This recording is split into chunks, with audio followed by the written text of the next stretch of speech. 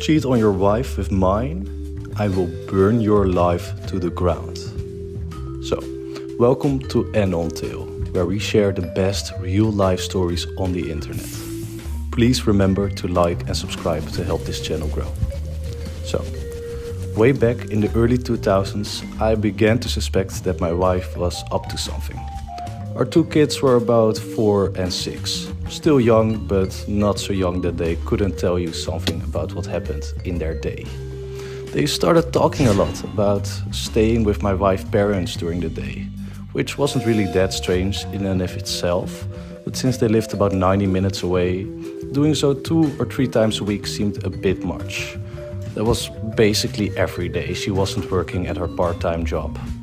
So when I asked her about it, she denied it. But she was never a very good liar. So I started tracking the mileage on her car. And sure enough, she was driving an extra 400 or so miles per week.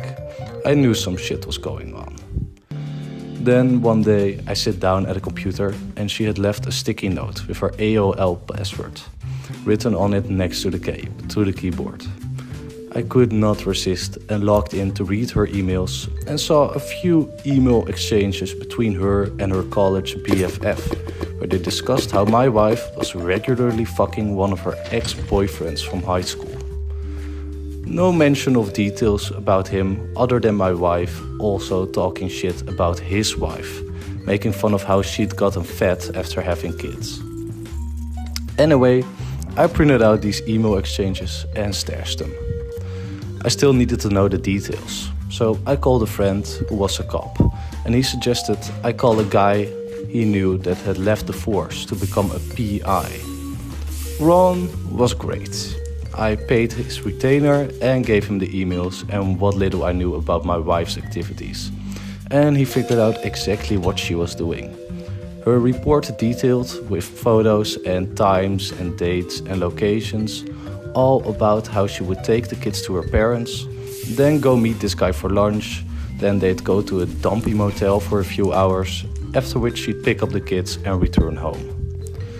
At this point, I hired a divorce lawyer.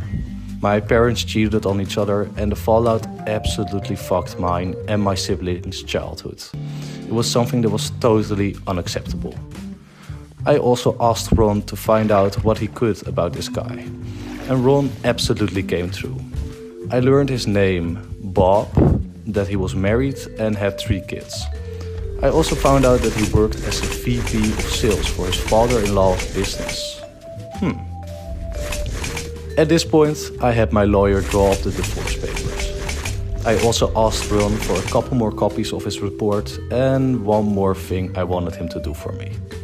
So, on the same day I had my wife severed with the divorce papers at her work, I had Ron meet with the guy's wife and show her everything he'd found out. She seemed nice and I figured that she deserved to know what her dear hobby was up to. What she did with that information was up to her. While the information about my wife's infidelity didn't really matter in my divorce proceedings, Bob's wife did a real number on him. According to the public available court documents from the divorce and other related proceedings, she cleaned out their joint account, took the kids and left. As soon as her dad found out what he had done, Bob was fired. And since her parents actually owned the house where Bob and his wife lived, he also got evicted. Their divorce was ugly. Lots of fighting in and eventually out of court. I guess Bob went to the house and started arguing with his wife, and it escalated to the point that her brother stepped in and Bob got his nose broken. There were restraining orders, a few more incidents with police reports, criminal charges, jail time, and so on. I can't find Bob on the internet anywhere these days. Last I'd heard, he'd left the state and his ex-wife did okay. She went to work at her dad's company and took over after he retired. As for me, my ex and I now get along well enough. I didn't engage with her on anything that wasn't related to the kids, and now that they're both adults, I don't talk to her at all anymore. I don't hate her or anything, but I only care in the context that she's my kid's mom and is important to them, nothing beyond that. So, our second Reddit story is called when your racket with the local cops bites you in the ass internationally. So this story happened a few years ago when I was serving overseas with the US military. The location I was at was in a poorer area. There was a fair number of panhandlers, a lot of petty crime and just people doing stupid crap. Well, one racket that goes on in this area and apparently in other areas of the country too, is the local cops incentivizing reporting vehicles without dates of inspection stickers. Apparently they give these people access to the inspection database if they think the sticker is fake or stolen, which actually does happen. So, if you drive a motorcycle, one of the things that they tell you is when you are in process is to keep the sticker in your wallet and not on the vehicle, or else they'll get peeled off. Anyway, what these people will do if they find a car with an out-of-date sticker, or if they run the plates and find out it's out of date, is that they will jimmy the door open, steal every single thing out of the car and leave a note that they've taken it to the police station. The idea is that you show up at the police station to get your stuff and they force you to pay the fine for an overdue sticker and then give you a deadline for an inspection or anything else, or else you'll get another fine. Well, I came out to my car one morning and lo and behold, there was a note on my seat saying that all of my stuff was at the local police station because my inspection sticker was fake and I had to go get it.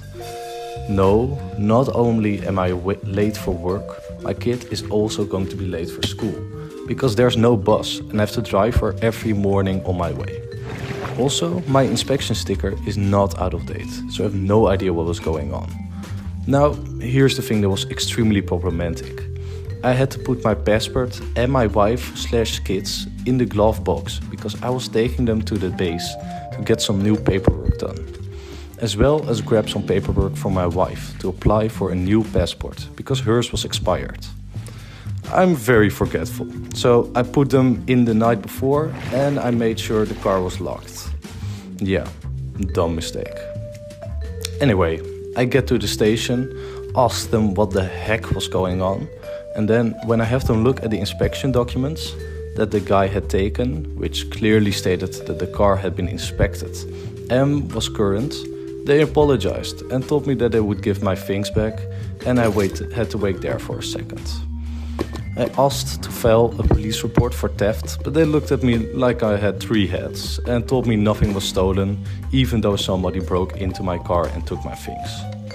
This is when a light bulb went off in my head, and this might fall into the unethical category.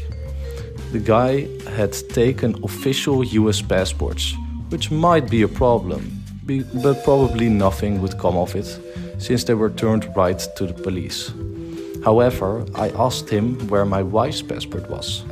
They told me that whatever is in there. I said I needed a police report because I needed to contact the US Embassy about a stolen passport. And the fact that this police station would know exactly who the person was that stole it because they had dropped off my things that morning. I had never seen someone's attitude change as quickly as that cop's attitude changed. He tried to talk me out of filing a police report, but I was pretty insistent. So I went ahead with the police report, and then I did contact the embassy and reported the passport stolen and gave them all the information of the police station. And when I got the police report, I emailed it to them as well. So, I wound up getting a free passport out of it for my trouble. The embassy told me that they were going to handle it, and from what I've heard, the person who broke into my car actually got arrested and fined, and was looking at additional charges because he stole foreign documents. Really would have liked to be a fly on the wall when one of the local cops rolled into wherever he was at and told him to come with him. So, I don't feel bad at all. Hopefully dude learned his lesson and did not have any further issues until I PCS'd home. So, if you have gotten this far in the video, please like and subscribe. I would really appreciate it, and I will see you in the next video.